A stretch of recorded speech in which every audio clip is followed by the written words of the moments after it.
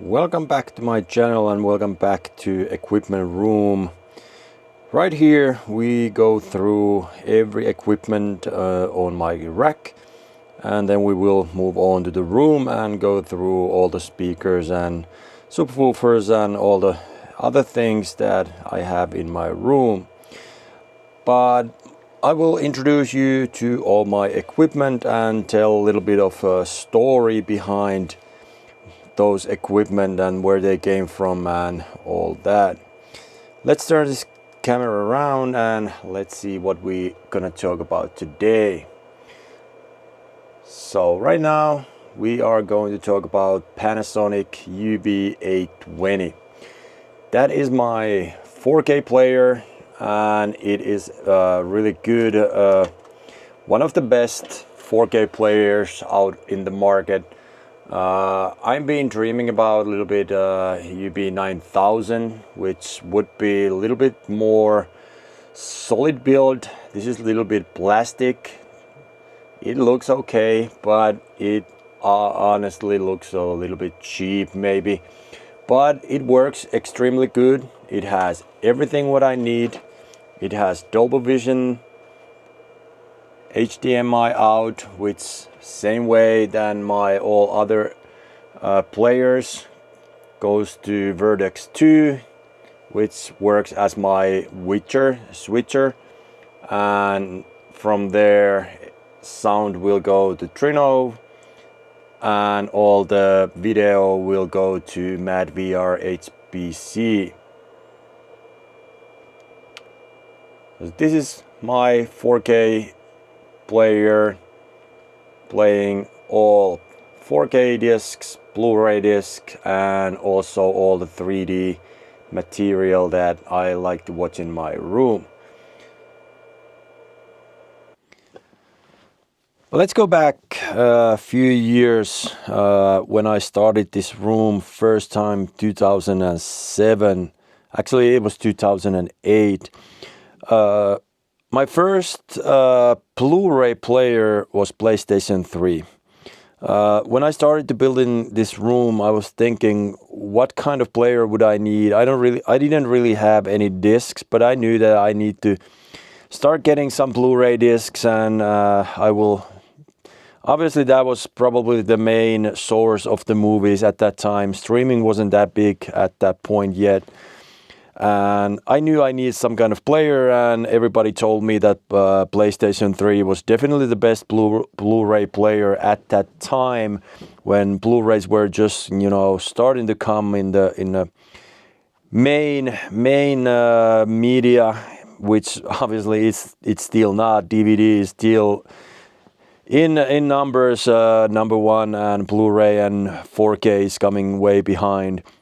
But Blu-ray players had the best audio and video quality at the time, and they were slowly coming, so I knew I want to get the player that I can play those Blu-ray movies in my new home theater, which I was just building.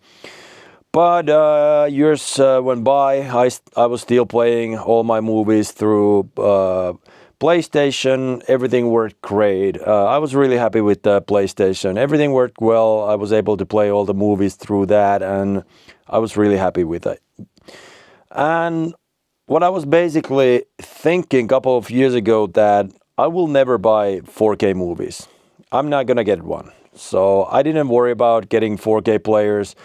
Oppo cost so much at that time, and also, if I would buy a dedicated 4K player, I didn't even know many of them. But anyway, my mindset that I have a streaming platforms and I can stream everything what I need, and all the movies that I want to watch I can either play from Blu-ray or I can stream, and I was mainly streaming all my movies.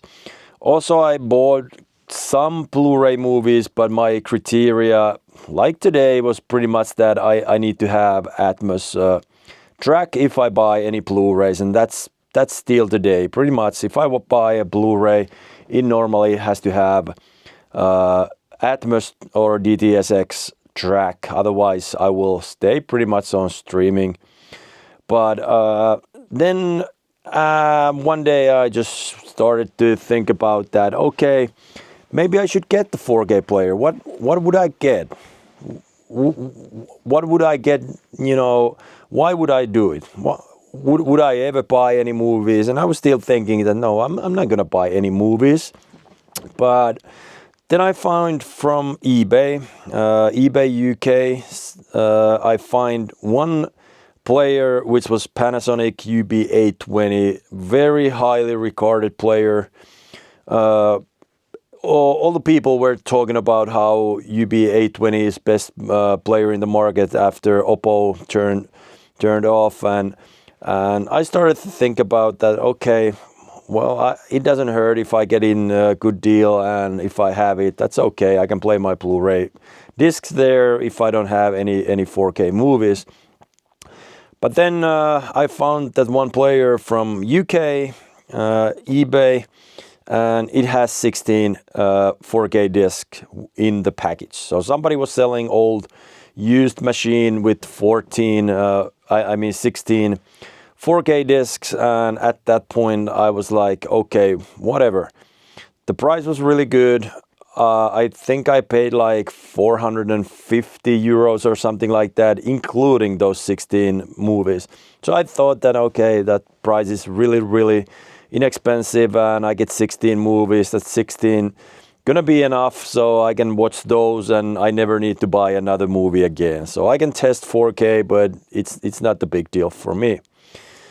But again, how wrong I was at that point. You know, when you're in this hobby, you're never satisfied. You always need something more.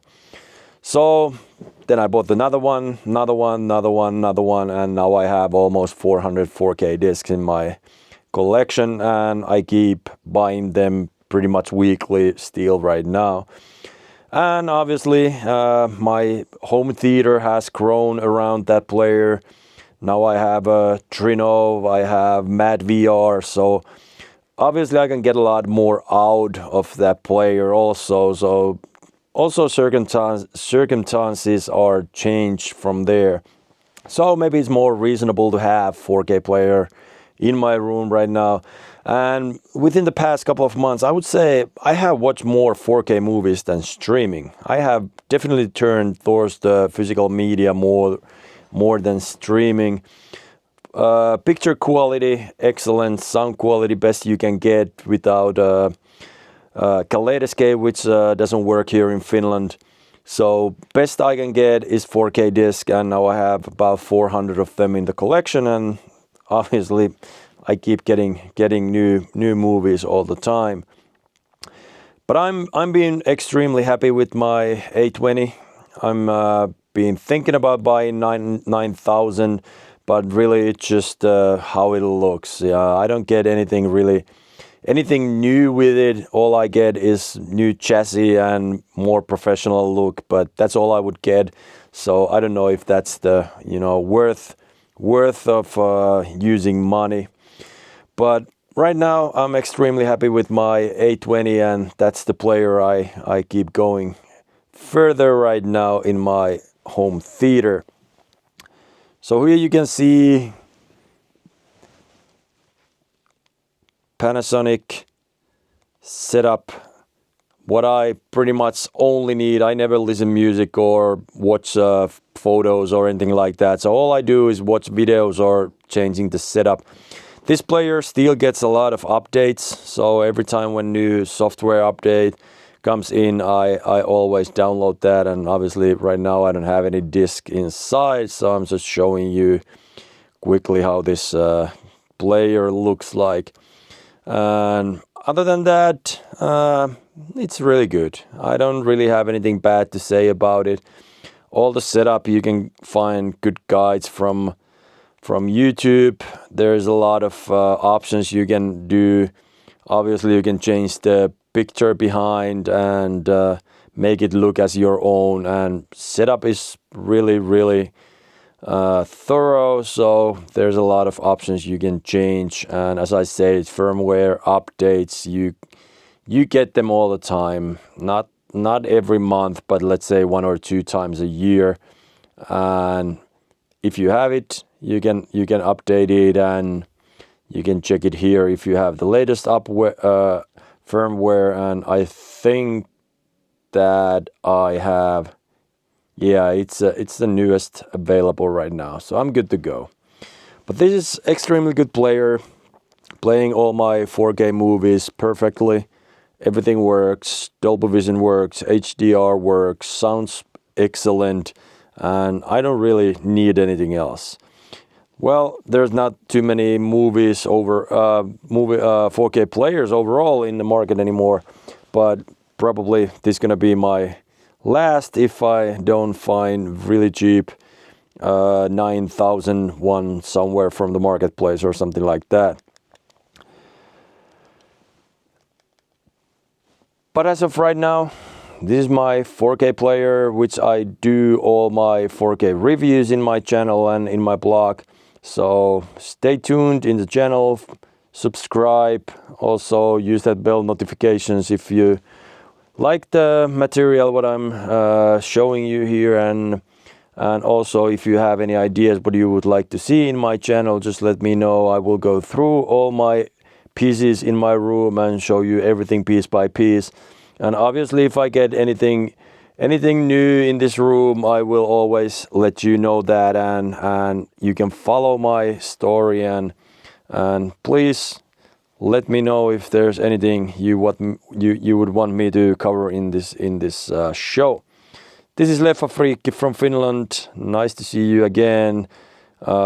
Followers are growing rapidly, so hopefully we get more viewers in this channel, and it means it's really having the audience who interested in home theaters just like me. Now, bye.